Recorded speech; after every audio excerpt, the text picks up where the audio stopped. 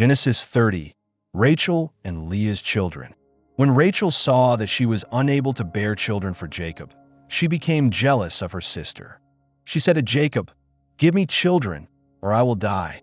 Jacob became angry and replied, "Am I in the place of God? He is the one who has kept you from having children."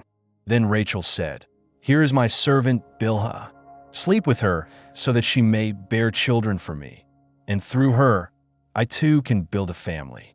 So Rachel gave Bilhah to Jacob as a wife, and he slept with her. Bilhah conceived and gave birth to a son for Jacob. Rachel said, "God has vindicated me. He has heard my prayer and given me a son." So she named him Dan. Bilhah conceived again and bore Jacob a second son.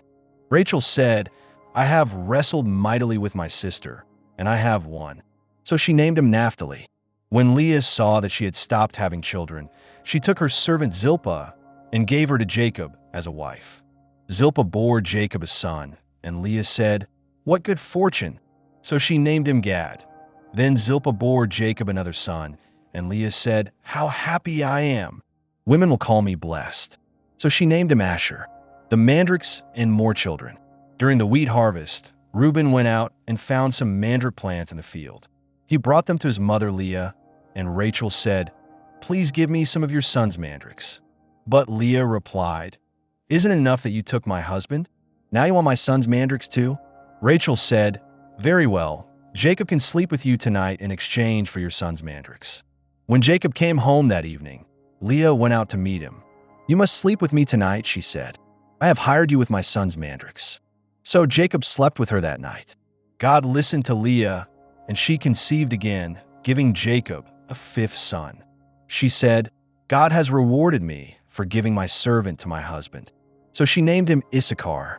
Leah conceived again and bore Jacob a sixth son. She said, "God has given me a wonderful gift. Now my husband will honor me, because I have given him 6 sons." So she named him Zebulun. Later, she gave birth to a daughter and named her Dinah. Then God remembered Rachel. He listened to her and allowed her to conceive. She became pregnant and gave birth to a son. "God has taken away my disgrace," she said. She named him Joseph, saying, "May the Lord add another son to me." Jacob prospers. After Rachel gave birth to Joseph, Jacob said to Laban, "Let me return to my homeland. Give me my wives and children, whom I have worked for, so I may leave. You know how much I have done for you." But Laban replied, "Please stay, if I have found favor in your eyes. I have learned through divination that the Lord has blessed me because of you." He added, "Tell me your wages, and I will pay them." Jacob said, "You know how hard I have worked for you, and how your livestock has flourished under my care. Before I came, you had little, but now you have greatly increased. The Lord has blessed you wherever I have been. But now, when can I provide for my own household?" Laban asked, "What should I give you?" Jacob replied, "You don't need to give me anything. But if you agree to one thing, I will continue to care for your flocks. Let me go through all your flocks today and remove every speckled or spotted sheep, every dark-colored lamb, and every spotted or speckled goat. These will be my wages. My honesty will be clear in the future. If you find any animal among my flocks that is not speckled, spotted, or dark-colored, you will know I have taken what is not mine." Laban said, "Agreed. Let it be as you have said." That very day, Laban removed all the streaked, spotted, and speckled goats and all the dark-colored lambs and put them in the care of his sons. He put a 3-day journey between himself and Jacob, while Jacob continued tending the rest of Laban's flocks. Jacob, however, took fresh branches from poplar, almond, and plane trees and peeled white stripes into them.